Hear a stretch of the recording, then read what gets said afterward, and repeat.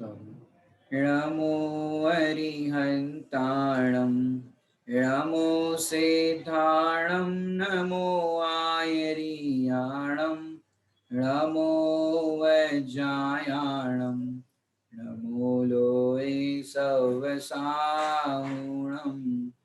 सतीर्थवीर प्रभु का जग में प्रवर्ते निज तत्व बोध पाकर सब लोक हर्षे दुर्भावना न आवे मन में कदापि निर्विघ्न निरविकारी आराधना प्रवर्ते। सच्चा जैन विषय पर हमारी चर्चा चल रही है, जो बाल ब्रह्मचारी रविंद्र जी आत्मन द्वारा रचित है। अपन पहले पाठ करते हैं, फिर कक्षा को आगे बढ़ाते हैं। ज्ञानी जैन उन्हीं को कहते आत्म तत्व निहारे, जो ज्यों का त्यों जाने तत्वों को ज्ञायक में चित धारे, जो सच्चे देव शास्त्र गुरुवर की परम प्रतीति लावे, जो वीतराग विज्ञान परिणति सुख का मूल विचारे, जो नहीं मिथ्यात्व अन्याय अनीति सप्त व्यसन के त्यागी, जो पूर्ण प्रामाणिक सहज अहिंसक निर्मल जीवन धारे, जो इसमें एक बात बताना चाहूंगा। पूर्ण प्रामाणिक, एक तो लौकिक जीवन की प्रामाणिकता होती है, एक धर्म के संबंध में प्रामाणिकता। क्या कह रहे हैं यहाँ पर? एक तो लौकिक जीवन की प्रामाणिकता और एक धर्म के संबंध में प्रामाणिकता। वो कैसी होती है कि जैसे किसी ने कोई नियम लिया या प्रतिमा ली, तो उसके अंदर कैसी प्रामाणिकता। जैसे पुराने जमाने में देखो तो जो सामयिक प्रतिमा रखते थे, या अभी भी जो प्रतिमाधारी होते हैं वो प्रतिमा रखते हैं, तो उसमें तीसरे नंबर की प्रतिमा है सामयिक प्रतिमा। अब उनके 3 टाइम सामयिक का नियम होता है, तो वो और सब काम करते हुए भी 3 टाइम सामयिक का समय निकाल ही लेते हैं। अब 3 टाइम सामयिक का नियम हो, सोचो पुराने जमाने में बैलगाड़ी लेकर के व्यापार करने जाते थे, बैल को लेकर के सामान उसमें बैलगाड़ी में जोतते थे। अब हुआ यूं कि कुछ व्यापारी एक गांव से दूसरे गांव में व्यापार करने गए थे, और जितना व्यापार होता था उतना होता था, बाकी सामान वापस लेकर के आते थे। अब क्या हुआ कि शाम को सामयिक का समय हो रहा था, या दोपहर में हो रहा था, समझो सामयिक का काल आ रहा था। तो उस समय क्या हुआ, बाकी सब व्यापारी बोले यहाँ तो जंगल पड़ रहा है, अपन जंगल को पार कर लो पहले, फिर आगे जो करना है करेंगे। लेकिन एक श्रावक बोले, जैनी श्रावक, कि भैया अभी तो हमारे सामयिक का काल हो रहा है, मैं तो यहाँ से नहीं हिलूंगा, मैं तो अपना सामयिक करूंगा। अब उसके बैलगाड़ी के अंदर बहुत सारा सामान था, मैंने जो कुछ भी बेच रहे थे कर रहे थे वो पूरा सामान था, गेहूं हो चावल हो कुछ भी हो, इस तरह का सामान था। तो बाकी सब व्यापारियों ने सोचा कि भाई हमारा तो कोई सामयिक का नियम नहीं है, हम तो चले जाते, नहीं तो फिर यहाँ बीच में डाकू बाकू रास्ता रोक करके हमको लूट ना ले। तो उन्होंने क्या किया कि वहां पर बाकी लोग तो चल पड़े और यहाँ पर ये सामयिक करने के लिए बैठ गए। सामान वहीं पर पड़ा था बैलगाड़ी में, निश्चित होकर के सामयिक करने के लिए बैठ गए। माने ये प्रामाणिकता बता रहे कि आपने जो नियम लिया है उस नियम की भी प्रामाणिकता होनी चाहिए। ये तो आज ले लिया और फिर कल आपने सोचा कि चलो अब रहने दो, ऐसा नहीं।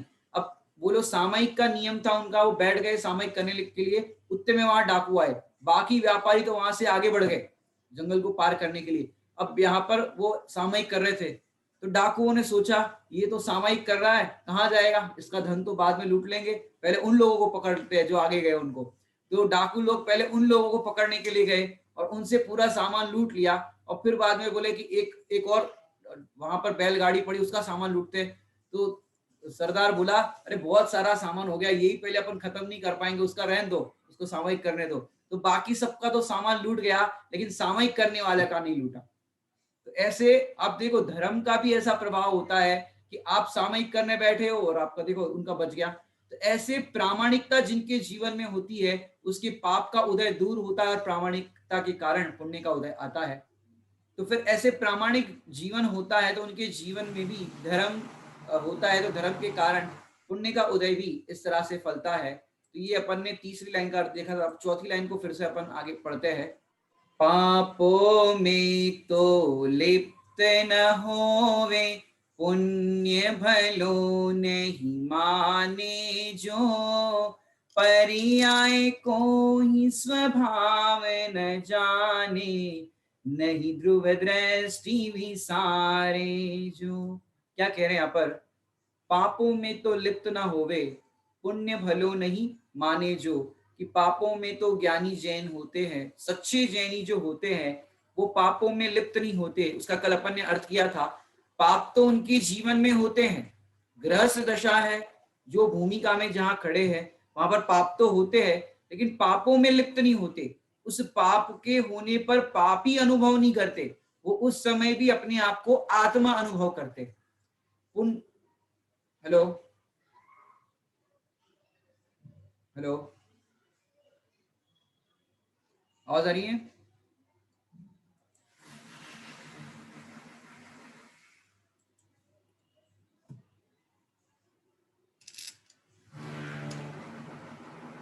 आवाज आ रही है?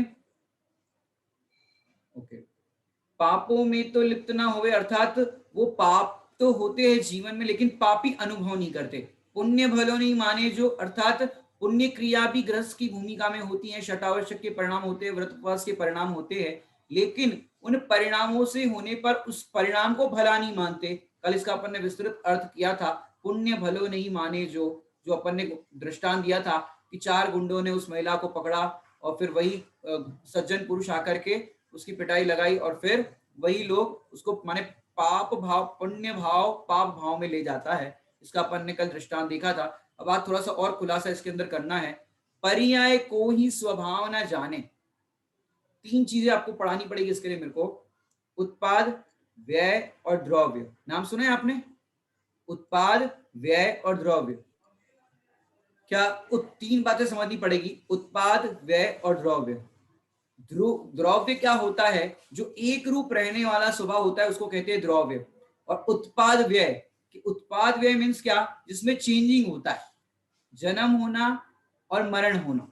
ये किसमें होता है? पर्याय के अंदर होता है। ये देह का हमको संयोग हुआ तो इसको कहा जाता है जन्म, और देह का वियोग होने पर जो कहा जाता है उसको क्या कहा जाता है? उसको कहा जाता है मरण।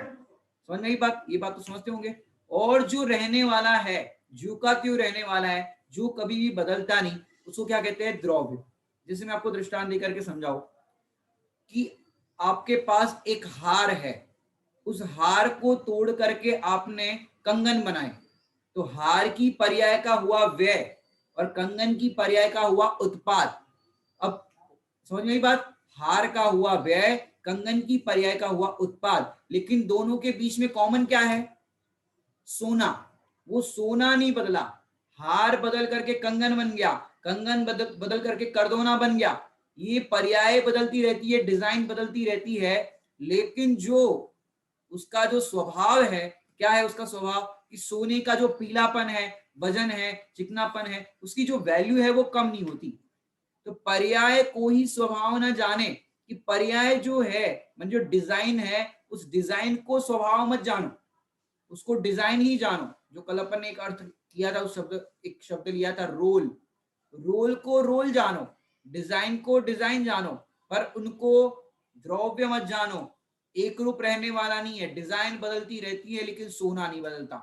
जैसे शक्कर का स्वभाव क्या है? शक्कर का स्वभाव मीठा, नमक का स्वभाव खारापन, नींबू का स्वभाव खट्टापन, शेर का स्वभाव, कोई बताएगा शेर का स्वभाव क्या होता है? शेर का स्वभाव कैसा होता है, कोई बताएगा? कोई बताना चाहेगा? हैंड रेज करे। शेर का स्वभाव क्या होता है? हाँ जी बोलिए, शेर का स्वभाव क्या होता है? भैया दहाड़ना। दहाड़ना। इनका कहना है दहाड़ना यानी क्रूरता। एक शब्द में ये तो क्रूरता, लेकिन ये शेर का स्वभाव नहीं है, विभाव है। समझ में आई बात? शेर का स्वभाव ये क्रूरता नहीं है, उसका स्वभाव क्या है, उसका स्वभाव तो जानना देखना है। ये क्रूरता उसका स्वभाव नहीं, क्रूरता तो उसका विभाव स्वभाव है। समझी बात? क्रूरता ये तो उसका विभाव है, दहाड़ना ये विभाव है। कुत्ते का स्वभाव क्या है? भौंकना। कोई कह रहा होगा भौंकना, कुत्ते का स्वभाव भौंकना नहीं है, जानना देखना है। क्यों? कुत्ता कौन है? कुत्ता जीव है, आप उसको पर्याय से देख रहे हो इसलिए आपको लग रहा है उसका स्वभाव भौंकना है। शेर को पर्याय से देख रहे हो इसलिए उसका स्वभाव लग रहा है दहाड़ना। और अपनी मम्मी का स्वभाव कैसा है? मम्मी का स्वभाव, मम्मी का स्वभाव तो गुस्सा करना है, जब देखो तब गुस्सा करती रहती मम्मी, तो मम्मी का स्वभाव गुस्सा करना है। और पापा का स्वभाव कैसा है? स्कूल में टीचर पढ़ाते हैं, उन टीचर का स्वभाव कैसा है? कि इन सबको अपन पर्याय स्वभाव से देखते हैं। कौन से स्वभाव से देखते हैं? पर्याय स्वभाव से देखते हैं। ये पर्याय स्वभाव है, उनका वास्तविक स्वभाव नहीं है।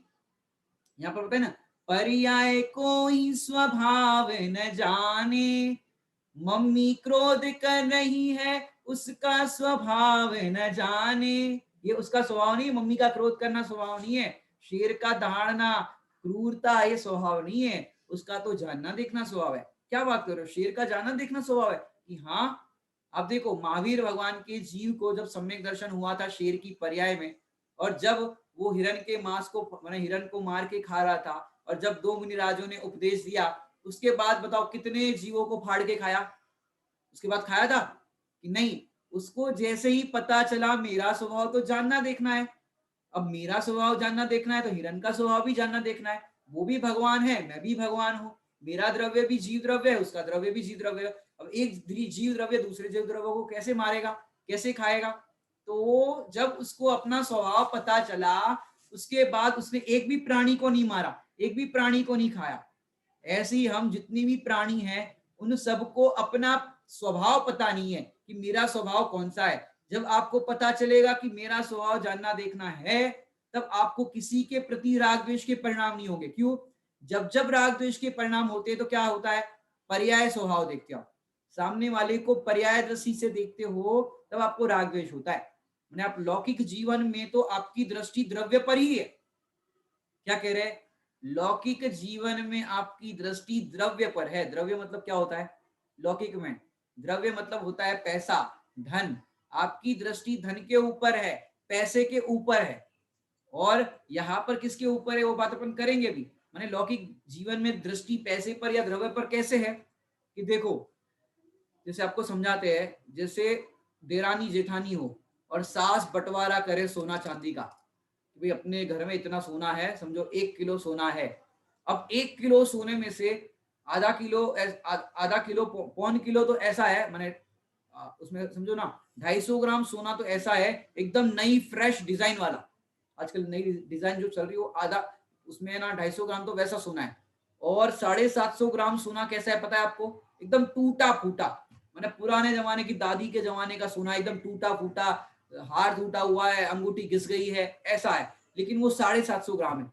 अब आप बड़ी बहू हो तो सास कहेगी कि मेरी बड़ी बहू बहुत प्यारी है, मुझे इसको मैं टूटा फूटा दूंगी।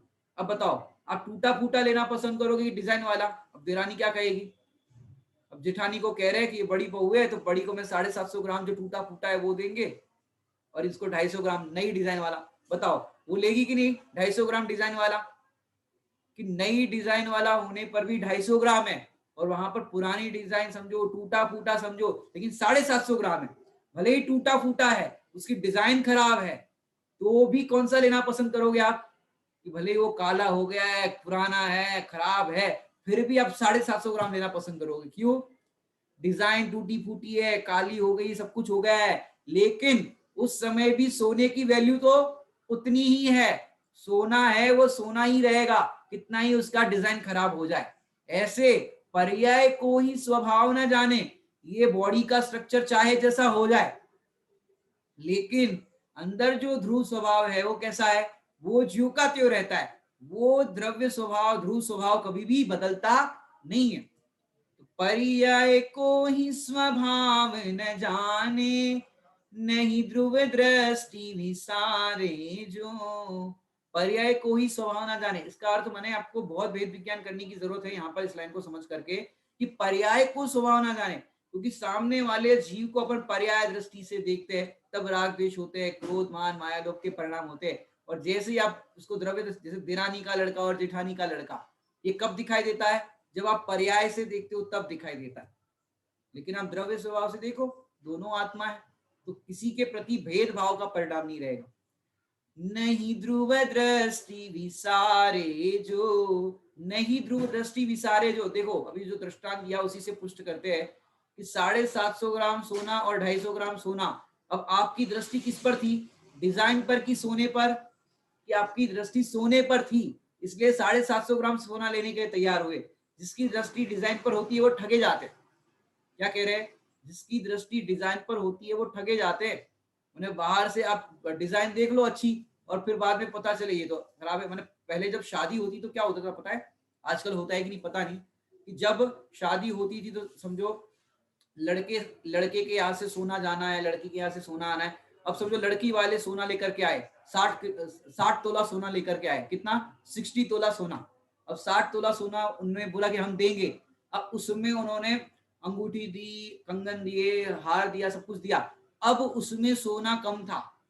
मैंने बड़े बुजुर्ग तो होते तो ऐसे उनको वेइंग करने की जरूरत नहीं पड़ती, ऐसे हाथ में लेते और पता चल जाता है, अरे ये सोना कम लग रहा है, इनने तो कहे थे 60 तोला देंगे और ये सोना तो कम लग रहा है। अब उनसे पूछा भाई क्या है सोना, आपने 60 तोला बोला था, ये कम लग रहा है। तो उनने कहा वो बनवाने के लिए दिया है, वो अभी बना नहीं है, अभी प्रोसेसिंग में है, इसलिए नहीं लेकर आए। बोले नहीं नहीं, जैसा है वैसा लेकर के आओ, हमको चलेगा। क्यों? अब वो बनानी है तो, कि नहीं हमारी दृष्टि तो उस सोने पर है, अब डिजाइन तो तुम्हारी जानो, लेकिन सोने पर है। अब समझो कई बार तो ऐसा हो जाता है कि सोना वहां पर चढ़ा दिया, और फिर जाकर समझो लड़के वालों ने सोना चढ़ा दिया, और फिर लड़के वाले मैंने इस तरह से जो व्यवहार होता है। अब जैसे ही देखा उस सोने के ऊपर, अरे ये तो इसके भाभी के नाम का है, ननन का नाम लिखा हुआ है इस पे, अच्छा मतलब इसका नहीं है। अब शादी होकर के बहू जाएगी, फिर वो ले लेगी अपना सोना। लोग कितने चतुर होते, देखते इस पे नाम लिखा हुआ है तो उसका है, ननन का है, इनका नहीं है। तो दृष्टि किस पर है? डिजाइन पर कि सोने पर? कि सोने पर। नहीं ध्रुव दृष्टि विसारे जो, ये ध्रुव दृष्टि जो सोने की दृष्टि है वहां पर दृष्टांत में, वो विसारते नहीं है। ऐसे ही यहाँ पर चाहे व्रत उपवास करो, स्वाध्याय करो, देव पूजा गुरुपास्ती करो, कुछ भी करो, आपकी दृष्टि किस पर होनी चाहिए? नहीं ध्रुव दृष्टि विसारे जो, ध्रुव दृष्टि होनी चाहिए, एकमात्र अपने गायक परमात्मा पर दृष्टि होनी चाहिए। यदि उससे दृष्टि सरकी, जैसे दुकानदार होते, चाहे जैसा ग्राहक आए, कोई अम्मा जी आए तो आइए अम्मा जी, कोई बहु कोई पढ़े लिखे आ जाए तो आइए मैडम जी। मैंने जो कोई भी जैसा ग्राहक आता है, दुकानदार वैसी भाषा बोलता है, वैसा ही उसको ट्रीट करता है। ऐसा कहते हैं कि ये साड़ी तो हमको इतने में पड़ रही है, एक काम करो हम समझ लेंगे हमारी बहन ने पहन ली, ये लो तुमको तो इतने में दे रहे हैं। अब चाहे जैसी वो भाषा बोल देगा, और कहेगा बहुत दिनों बाद आए, अब साड़ी लो कि नहीं लो, लेकिन लस्सी पी के जाना पड़ेगा। अब लस्सी लस्सी पिला देंगे वो। बोलो सोचो, अब वो लस्सी पिला रहे हैं, चाहे जैसी भाषा बोल रहे हैं कि फ्री में लेके जाओ, और फ्री में दे देगा। हाँ ठीक है फ्री में लेके जा, चलो चलो ना। ऐसा बोलने पर भी कि फ्री में लेके जाओ, ऐसा बोलने पर भी कोई फ्री में लेके नहीं जाता। दूसरी बात वो कहता है हमको इतने में नहीं पड़ रही है, चलो नुकसान खा के दे रहे। अब ऐसा भी बोलता है, लेकिन उसकी दृष्टि किस पर होती है? लस्सी पिलाने पर भी दृष्टि किस पर होती है? प्रॉफिट पर। वो कह रहा है लॉस खा के दे रहे हैं, नुकसान खा के दे रहे हैं। अब समझो कोई 5 रुपए का रुमाल लेने के लिए आए, उसको लस्सी पिलाएंगे कि नहीं पिलाएंगे? वो कहेगा साहब 5 रुपए का रुमाल चाहिए, अरे भैया इनको साइड में लेके जाओ, 5 रुपए का रुमाल दे दो। और वो ज्यादा बातें करने लगे, अरे भैया तुम्हें चाहिए तो चाहिए चाहिए चाहिए कि नहीं चाहिए, नहीं तो जाओ यहाँ से। 5 रुपए के ग्राहक से ऐसी बात करता है। और कोई कह रहा है 5,000 की साड़ी चाहिए चाहिए, अरे इनके लिए लस्सी लाओ, इनके लिए पंखा चालू करो, इनके लिए एसी लगाओ, कूलर लगाओ। तो वहां उसकी उसको ऐसे ट्रीट करते, क्यों? दृष्टि किस पर है? प्रॉफिट पर है। तो जैसे दुकानदार चाहे जैसी भाषा बोले, लेकिन दृष्टि होती है प्रॉफिट पर। ऐसे ही सच्चे जैनी किसको कहा? कि पर्याय को तो स्वभाव नहीं जानते और ध्रुव दृष्टि को विसारते नहीं। उनकी दृष्टि कहां पर होती है? ध्रुव पर। ध्रुव पर मतलब स्वभाव पर दृष्टि होती है। चाहे जितना कुछ भी हो जाए, परिणमन हो जाए, चाहे शरीर के अंदर अनेक व्याधि आ जाए, रोग आ जाए, पाप का उदय आ जाए, ऐसे पाप के उदय के अंदर भी उनकी दृष्टि तो ध्रुव पर होती। अब देखो दिगंबर मुनिराज होते हैं, नाना प्रकार के उपसर्ग होते हैं, ऐसे उपसर्गों के बीच में भी दृष्टि कहां पर है? ध्रुव पर। सीता जी को पाप का उदय आया, जंगल के अंदर, सोचो, जंगल के अंदर गर्भवती अवस्था में निकाल दिया रामचंद्र जी ने। अब ऐसी दृष्टि में भी क्या हुआ कि पाप के उदय में भी उनको किस पर दृष्टि थी? ध्रुव पर दृष्टि थी। माने ध्रुव दृष्टि नहीं विसारते ज्ञानी, इसलिए ज्ञानी दुखी नहीं होते। हर परिस्थिति के अंदर, चाहे पुण्य का उदय हो, पाप का उदय हो, हर परिस्थिति के अंदर उनकी दृष्टि मात्र एक ध्रुव गायक पर होती है। माने यहाँ पर जो बात आई, पर्याय को ही स्वभाव न जाने, पर्याय की बात आएगी। पर्याय स्वभाव भी होता है, एक होता है द्रव्य स्वभाव, एक होता है पर्याय स्वभाव। पर्याय स्वभाव की भी चर्चा होती है। जब तक द्रव्य स्वभाव समझ में नहीं आता तब पर्याय से समझाते, और जब पर्याय का स्वभाव समझ में आ जाए तो ध्रुव दृष्टि कराते, द्रव्य दृष्टि कराते। पर पर्याय में अटकने लायक नहीं है, पर्याय का लक्ष्य करने लायक नहीं है, पर्याय से द्रव्य दृष्टि करने लायक। जैसे आपको सोना देना हो, जैसे कोई कहे हमें सोना चाहिए, डिजाइन हमें नहीं चाहिए, क्या कह रहे? हमको तो सोना चाहिए, डिजाइन हमें नहीं चाहिए। अब बताओ, दे सकते हो? बिना डिजाइन वाला सोना दे सकते हो? कि भाई बिना डिजाइन वाला सोना तो नहीं मिलेगा, उसकी कोई ना कोई तो डिजाइन होगी। भाई हमको पर्याय नहीं चाहिए, हमको तो सीधा द्रव्य चाहिए, सोना चाहिए। जैसे कोई गुण की अपेक्षा से अपन बात करें, कोई कहे हमको सिर्फ मिठास चाहिए, शक्कर की सफेदी आप रख लो, हमको तो सिर्फ मिठास दे दो, दे सकते हो? खाली मिठास दे दो, शक्कर की सफेदी नहीं चाहिए, कि भैया ऐसे नहीं दे सकते। वो तो पूरी वस्तु आएगी, पूरी वस्तु मतलब द्रव्य के साथ पर्याय भी आएगी। बिना पर्याय का द्रव्य नहीं होता, और जो द्रव्य होता है उसकी पर्याय अवश्य होती है। क्या कहा? बिना पर्याय का द्रव्य नहीं होता, और जो भी द्रव्य होते हैं वो पर्याय होते हैं। जैसे भी सोना आप दोगे तो सोने की कोई ना कोई डिजाइन तो होगी कि नहीं होगी? बिना आकार का सोना कैसे दे दोगे? कोई ना कोई तो आकार होगा कि नहीं होगा? तो आकार से समझाते हैं, डिजाइन से समझाते हैं, ये पर्याय स्वभाव। लेकिन डिजाइन पर आप लुक पर मत जाओ। वो सोना कितने वेटेज का है, देखो, बहुत अच्छी डिजाइन हो, अंगूठी हो, एक बढ़िया अंगूठी हो, बहुत अच्छी डिजाइन हो, आपको बहुत पसंद आ रही, वो कह रहा है 1 लाख की अंगूठी। कितने लाख की? आजकल तो 1 लाख की अंगूठी आ जाती है ना, बहुत मामूली चीज है। 50,000 रुपए तो अभी भाव हो गए उसके, 2 तोले की बनाओ तो 1 लाख की अंगूठी हो गई। अब 1 लाख की अंगूठी वो बोल रहे, और वो तो 1 ग्राम की है। बताओ दोगे कि नहीं दोगे? 1 लाख रुपए, डिजाइन बहुत बढ़िया है लेकिन, और वो तो 1 ग्राम की है। कि भैया डिजाइन पे मत जाओ, उसका वजन कितना है, वेटेज कितना है, उतनी उसकी कीमत है। ऐसे यहाँ पर पर्याय, पर्याय पर लुक पर मत जाओ। ये पर्याय बहुत अच्छी है, मनुष्य पर्याय बहुत अच्छी है, लेकिन तुम्हारी दृष्टि ध्रुव पर है कि नहीं है? यदि ध्रुव दृष्टि नहीं है और पर्याय कितनी अच्छी हो, बाहर से कोई भी तुम पूजा पाठ स्वाध्याय व्रत उपवास कर रहे हो, लेकिन ध्रुव की दृष्टि नहीं है, तो कह रहे तुम्हारी पूजा पाठ सब कुछ व्यर्थ है, तुम्हारा कार्य नहीं होगा। तो नहीं ध्रुव दृष्टि विसारे जो, ये लाइन का अपन ने अर्थ किया। आगे की पंक्ति को देखते अपन। भेद ज्ञान की निर्मल धारा, अंतर माही बहावे जो, इष्ट अनिष्ट न कोई जग में, निज मन माही विचारे जो। क्या कह रहे यहाँ पर? भेद ज्ञान की निर्मल धारा, अंतर माही बहावे जो। सच्चा जैन किसको कहते हैं? कि जो भेद ज्ञान की निर्मल धारा बहाते हैं उनको सच्चा जैनी कहते हैं।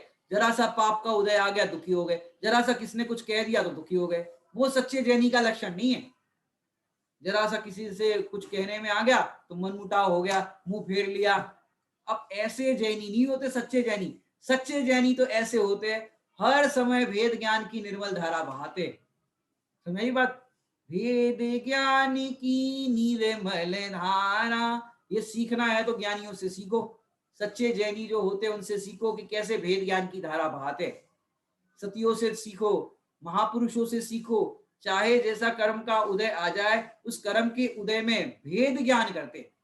अपन क्या करते? कर्म के उदय में भेदभाव करते। इनने हमारे साथ बुरा किया, अब हम, माने लोग तो 10-10 साल पुरानी बातें याद रखते। कैसे? जैसे शादियों में जाते, अब किसी के यहाँ पे गए और फिर सब व्यवस्था में इतने व्यस्त होते हैं, अब वहां पर जो बुलौआ का गिलास होता है, 8 रुपए का गिलास नहीं दिया, अब फिर सब लोग को गिलास मिले, उनको ही नहीं मिला। अब फिर 10 साल बाद उनके घर पे इनविटेशन कार्ड लेकर के गए, वो बोले हमारे यहाँ पे शादी है, आना। हम नहीं आ रहे, तुम्हारे वहां पर आए थे पिछले पिछले 10 साल पहले, तब 8 रुपए का गिलास नहीं दिया था हमको, हमको अबे तक नहीं मिला, कोई ने पूछी तक नहीं आपको मिला कि नहीं मिला। अब सोचो 10 साल पुराना वो 8 रुपए का गिलास नहीं मिला, अभी तक उसके गीत गा रहे। इसका मतलब 8 साल तक आप इधर रख रहे थे, हमको ग्लास नहीं मिला, हमको ग्लास नहीं मिला। जब भी वो मेहमान की बात याद आए या उनके रिश्तेदार की बात आए, हमको ग्लास नहीं मिला। अब 10 साल तक वो गीत गा रहे, सोचो। तो 10 साल तक आपने क्या किया? भेद ज्ञान तो किया ही नहीं। माने जरा जरा सी बात में भेदभाव कर लेते हैं, दुखी हो जाते हैं, व्याकुल हो जाते हैं। यहाँ कह रहे भेद ज्ञान की निर्मल धारा। हाथी जो होता है, हाथी माने अज्ञानी जीवों को पशु जैसा कहा है। क्या कहा है? अज्ञानी को पशु। क्यों? पशु है, वो भेद विज्ञान नहीं कर पाते, हालांकि भेद विज्ञान करते हैं। तो फिर आप कहोगे भी शेर ने कैसे किया, हाथी ने कैसे किया। लेकिन पशु, देखो पशु को दो मैंने पर्याय दृष्टि से देखो तो वो भेद विज्ञान नहीं करते, लेकिन द्रव्य दृष्टि से देखो तो उनके अंदर स्वभाव है भेद विज्ञान का, और वे भी करते, वे भी समझते हैं, सब बातें हैं। लेकिन पशु जैसे कोई अपन कहते हैं ना, अंधे हो क्या, ऐसे हो क्या, वैसे हो क्या, गधे हो क्या, ऐसा बोलते हैं ना, गधे हो क्या, इस तरह माने पशु जैसे कार्य करते हैं। माने पशु को तो जैसा चलाओ वैसे चलते। जैसे आपको दृष्टांत देते हैं, जैसे हाथी को घास के साथ लड्डू मिला करके दो, अब उस हाथी को क्या लगेगा कि ये लड्डू है वो मीठा है। अब उसके अंदर घास मिली हुई है, घास कैसी है कि घास का स्वभाव फीका है, और उसके अंदर जो लड्डू मिला है वो मीठा है। अब दोनों को मिक्स करके दिया तो उसको क्या लगता है? घास ही मीठी है। उसको क्या लगता है? घास ही मीठी है, हालांकि दोनों चीज मिली हुई है। माने बहुत सुंदर लाइन आती है, जैसे हाथी ईख घास दोनों को एक मेक कर खाता है, स्वाद कहो फीके मीठे का सबको साथ चबाता है। ये हाथी की बात। राग और चैतन्य में जिसको भेद नजर नहीं आता है, उसको कैसे मिले आत्मा, वह संसार भ्रमाता है। क्या कह रहे? राग और चैतन्य में जिसको भेद नजर नहीं आता है। हाथी तो घास के साथ मिला हुआ लड्डू खाता था, उसको लगता है घास ही मीठी है। लेकिन ऐसे ही अज्ञानी जीवों की दशा है, राग और चैतन्य में जिसको भेद नजर नहीं आता है, मोह राग द्वेष के परिणाम है, वो मेरे से भिन्न है, और जो जानना देखना जो मेरा स्वभाव है वो अलग है। जब तक ये भेद समझ में नहीं आता, उसको कैसे मिले आत्मा, वह संसार भ्रमाता है। माने जो भेद ज्ञान नहीं करते वो संसार में भ्रमते हैं। भेद ज्ञान की निर्मल धारा अंतर माही बहावे जो। अंतर में माने देखो, बाहर में तो प्रसंग पुण्य पाप के उदय के साता असाता के बनेंगे, लेकिन उस समय यदि आपके पास भेद ज्ञान है तो आप उस पाप के उदय में भी दुखी नहीं होंगे। क्या कह रहे हैं? उस पाप के उदय में भी दुखी नहीं होंगे। मैंने आपको पहले की क्लास में एक और बात बता, हाँ उसी को दृष्टांत से बताते कैसे भेद ज्ञान करना है। कि जैसे आप देखो, एक एड आती थी कि एक व्यक्ति सफेद कुर्ता तीसरे मंजिल पर सुखाता है, और सुखाते सुखाते वो कुर्ता उड़ करके दूसरे मंजिल पर एक व्यक्ति वहां पर गमले में पानी डाल रहा था। तो उस गमले में पानी डालने वाले व्यक्ति पर ये गिरा, उसने गमले वाले हाथ से, मिट्टी वाले हाथ से ही कुर्ता उठाया और ऊपर की ओर फेंकने की कोशिश की। वो कुर्ता उड़ करके फिर एक पहले मंजिल के ऊपर एक लड़की फेस पैक लगा रही थी, फेस पे सब लगा रही थी, तो वो सब जो पाउडर वाले क्रीम वाले हाथ थे उसी हाथों से उसने छू लिया। मुल्तानी मिट्टी लगा रही थी, समझो उसी हाथों से छू लिया। अब उसने वो कुर्ता फेंक दिया, क्योंकि उसकी फेस पे गिरा तो वो फेंक दिया नीचे। नीचे पहले वाले पर एक और अम्मा जी अचार बना रहे थे, अब वो अचार वाले हाथ से, हल्दी वाले हाथ से वो कुर्ता छुआ और फिर उनने नीचे फेंका। नीचे एक बच्चा साइकिल सुधार रहा था, अब साइकिल सुधारने के हाथ से, चेन वाले हाथ से ही उसको छू लिया। अब ऊपर वो तीसरे मंजिल वाला व्यक्ति चिल्ला रहा है, ए भैया हमारा कुर्ता है। तो छोटा सा बच्चा बोला, अंकल टेंशन क्यों लेते हो, सर्फ एक्सल है ना। क्या बताया? चाहे जितना मैला हो गया हो कपड़ा, चाहे जैसे दाग हो गए हो, लेकिन सर्फ एक्सल है ना। ऐसे ज्ञानी धर्मात्मा मुनिराज कहते हैं, चाहे जैसा पाप का उदय आ जाए, तेरे पास भेद ज्ञान है ना, तू भेद ज्ञान करना, तेरा भगवान आत्मा है ना, कैसे ही पाप का उदय आ जाए, भेद विज्ञान करो, ये पाप का उदय पाप के उदय में है, कर्म का उदय कर्म के उदय में है, मेरे में नहीं। तो जो ऐसा भेद विज्ञान करते वो दुखी नहीं होते। जितने भी ज्ञानी हुए हैं उन ज्ञानियों को भेद मैंने अपने को दुखी कहाँ पर है, सच बताए तो दुख कहाँ पर है बताओ। अपना दुख दुख नहीं है। सीता जी को जंगल जंगल में छोड़ दिया था, अंजना जी को ससुराल से तो निकाल दिया, पियर वाले भी रखने वाले नहीं। अब जंगल के बीच में देखो कैसे रह रहे। यहाँ पर नासिक के पास अंजनेरी पर्वत है, वहां पर रहे हो। सोचो ऐसे पाप के उदय के अंदर भी भेद ज्ञान की निर्मल धारा, कैसी धारा कह रहे हैं, निर्मल। हम तो क्या करते हैं, प्रवचन सुनते जाते हैं, क्लास सुनते जाते हैं। जैसे आपने देखा होगा नल आते ना, नल नल आते, नल कई लोगों नहीं समझते, नल आते मतलब पानी जब आता है तो फिर कभी ओवरफ्लो हो जाती है टंकी, तो नाली में जब पानी बहता है तब देखना ऊपर ऊपर तो निर्मल पानी बहता रहता है, लेकिन नीचे मल रहता है। देखा आपने, ऊपर ऊपर साफ पानी निकलता है, ये तो कल देख लेना आप। तो ऐसे पानी बहता रहता है, नीचे मल रहता है। ऐसे हम ऊपर ऊपर से तो स्वाध्याय करते जाते हैं, सही बात है, भेद विज्ञान करना चाहिए, पाप का उदय पुण्य का उदय, सब बातें ऊपर ऊपर से तो बोल देते हैं। लेकिन फिर क्या होता है, भेद विज्ञान का जब समय आता है तो भेद विज्ञान नहीं करते। और ज्ञानी क्या करते हैं, भेद विज्ञान करते हैं। भेद ज्ञान की निर्मल धारा अंतर्माही बहावे जो, जैसे आपका नुकसान हो गया, 1 लाख का नुकसान हो गया, 2 लाख का नुकसान हो गया, कितने ही पैसों का नुकसान हो गया, पैसों का नुकसान होने पर भी अब भेद ज्ञान की आपके पास धारा होगी। तो बड़े पंडित साहब कहते हैं कि आप पाप का उदय आ जाए, असाता का उदय आ जाए, यदि आप भेद विज्ञान नहीं कर पाते तो ये स्वाध्याय की निरर्थकता है। क्या कहा, यदि आप स्वाध्याय करते हो और पाप के उदय में भेद विज्ञान नहीं कर पाते तो ये स्वाध्याय की निरर्थकता है। स्वाध्याय की निरर्थकता क्यों, क्यों आपने वो स्वाध्याय किस लिए किया था कि पाप का उदय आए चाहे जैसा उदय आ जाए हम भेद विज्ञान करेंगे। यदि भेद विज्ञान नहीं कर पाते, जैसे आप लोगों ने देखा होगा कि जो अच्छे गाने वाले होते, सिंगर होते, और भी कोई लोग होते हैं, अब जिस दिन कंपटीशन हो उसी दिन गा नहीं पाए तो क्या होगा, आपकी कोई भी कंपटीशन हो किसी भी चीज, उसी दिन आप वो काम नहीं कर पाओ तो क्या होगा।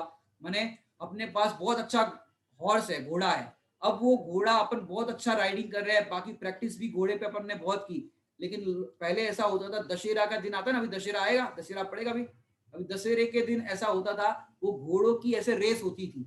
अब दशहरे के दिन ही घोड़ा नहीं दौड़े तो क्या काम था, समझ रही बात। दशहरे के दिन ही घोड़ा नहीं दौड़े तो क्या काम का, हमारा घोड़ा तो रोज दौड़ता है, हमारा घोड़ा तो रोज दौड़ता है, लेकिन दशहरे के दिन नहीं दौड़े तो क्या बात, क्या काम का। ऐसे ही हम रोज स्वाध्याय करते, सब कुछ करते हैं, लेकिन पाप का उदय आ जाए तो भेद विज्ञान ना हो तो किस काम का। ये तो हो गई पाप के उदय की बात। पुण्य के उदय में भी भेद विज्ञान करने लायक।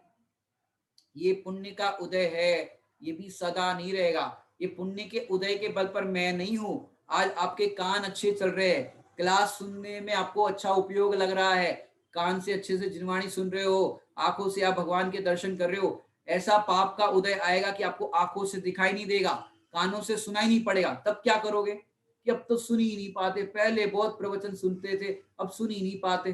अब पाप का उदय आया तो आपको क्या हुआ, सुन नहीं पा रहे हो, तो सुन नहीं पा रहे तो भी दुखी होने लायक नहीं है भाई, जीवन भर जो सुना है उसको गुनो। भेद ज्ञान की निर्मल धारा अंतर्माही बहावे जो, कि जो भेद ज्ञान की निर्मल धारा बहाते हैं, भेद विज्ञान करते हैं, उनको हर समय भेद ज्ञान बढ़ता है। नहीं तो पाप का उदय जरा में अपन दुखी हो गए, इससे दुखी होने लायक नहीं है। इस पाप के उदय के अंदर हर समय भेद विज्ञान कर, देखो बड़े पंडित साहब का एक वाक्य और आता है, सावधान हर समय रहे, सावधान माने अपना काम स्वयं पर करे, सॉरी अपना काम समय पर करे और भेद विज्ञान हर समय करे।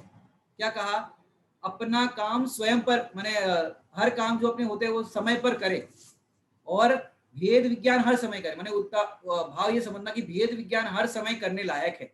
अगर भेद विज्ञान हम हर समय नहीं करते तो फिर हमारे स्वाध्याय की ये निरर्थकता है। अगली लाइन, इष्ट अनिष्ट न कोई जग में, निज मन माही विचारे जो। इष्ट अनिष्ट न कोई जग में, जगत में कोई इष्ट पदार्थ भी नहीं है। हाँ ये लाइन नीचे उन्होंने बताई है, भयभीत कभी ना रहे, सावधान हर समय रहे, माने भेद विज्ञान हर समय करे, भाव इतना बनता है। तो यहाँ पर क्या समझा रहे, इष्ट अनिष्ट ना कोई जग में, कि जगत में कोई इष्ट पदार्थ भी नहीं है, और कोई अनिष्ट पदार्थ भी नहीं है। जितने भी जीव दुखी होते हैं, एक तो भेद विज्ञान के अभाव में और इष्ट अनिष्ट की कल्पना करके, ये देरानी अच्छी नहीं है, ये जेठानी अच्छी नहीं है, ये मम्मी अच्छी नहीं है, ये सास अच्छी नहीं है, ये अच्छी नहीं है, ये अच्छी है, ये अच्छा है, ये बुरा है। तो इस तरह के अपन इष्ट अनिष्ट कल्पना करके दुखी होते हैं। इष्ट अनिष्ट ना कोई जग में, क्योंकि जगत के अंदर कोई इष्ट अनिष्ट है ही नहीं। आपको इष्ट अनिष्ट लगता है, जो आप पूजन की पंक्तियों में अगर पढ़ते हो, अनुकूल कहे प्रतिकूल कहे यह सच्चे मन की वृत्ति है। सही बोल रहे हैं? झूठे मन की वृत्ति है। अनुकूल कहे प्रतिकूल कहे या झूठे मन की वृत्ति है।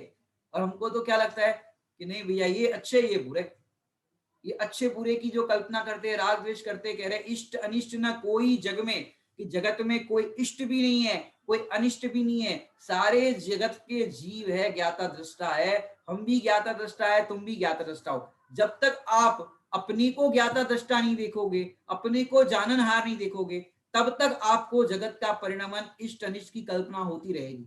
यदि आप सच्चे जैनी हो तो ये सच्चे जैनी के लक्षण नहीं है। अपन जो चर्चा करें ना, ये सच्चे जैन का लक्षण है कि जो हर समय भेद ज्ञान करते हैं, भेद ज्ञान की निर्मल धारा अंतर माही बहावे जो, इष्ट अनिष्ट न कोई जग में निज मन माही विचारे जो, कि जगत में कोई इष्ट भी नहीं है, कोई अनिष्ट भी नहीं है, और ऐसे भेद ज्ञान की जो निर्मल धारा बहाते हैं, वो सच्चे जैनी है। अब बताओ आप लोग कैसे जैनी हो, हम कैसे जैनी है?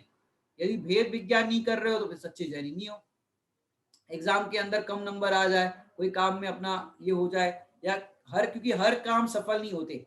पुण्य के उदय में सारे काम सफल होते हैं और पाप के उदय में विफल होते हैं। अब ये सफल होना विफल होना तो पुण्य पाप के उदय के अधीन है, लेकिन उस समय भी आपकी स्माइल वैसी की वैसी रहे। समझ आ रही बात? हर समय में आप प्रसन्न रहे, क्योंकि आपको हार भी कुछ सिखाती है और जीत भी कुछ सिखाती है। माने लोग हार जाते हैं तो दुखी हो जाते हैं। हार या जीत दुनिया में कुछ होती ही नहीं, देखा जाए तो हार या जीत मन में है। ठान लो तो जीत है, और हार मान लो तो हार है। माने आप भेद विज्ञान करने के लिए हर समय तैयार रहे, चलो इस बार भेद विज्ञान नहीं कर पाए तो अगली बार करेंगे। तो इस तरह से आप, माने पंडित साहब की एक रचना में आती है, असफलता की चोटों से नहीं मन में पड़े दरार, अधिक अधिक उत्साहित हो मानू कभी भी न हार। असफलता की चोटों से, माने पाप के उदय से, असता के उदय से मन में पड़े ना दरार, कि दुखी ना होवे, भेद विज्ञान करे। और जो ऐसा भेद विज्ञान करते हैं वे ही सच्चे जैनी है। इष्ट अनिष्ट कल्पना नहीं करते वे ही सच्चे जैनी है, और ऐसे विचारशील तत्व विचार वाले जीव ही सच्चे जैनी है। इसकी अपन ने चर्चा की, इसकी और चर्चा अपन कल करेंगे। ओम नमः सिद्धेश्वराय।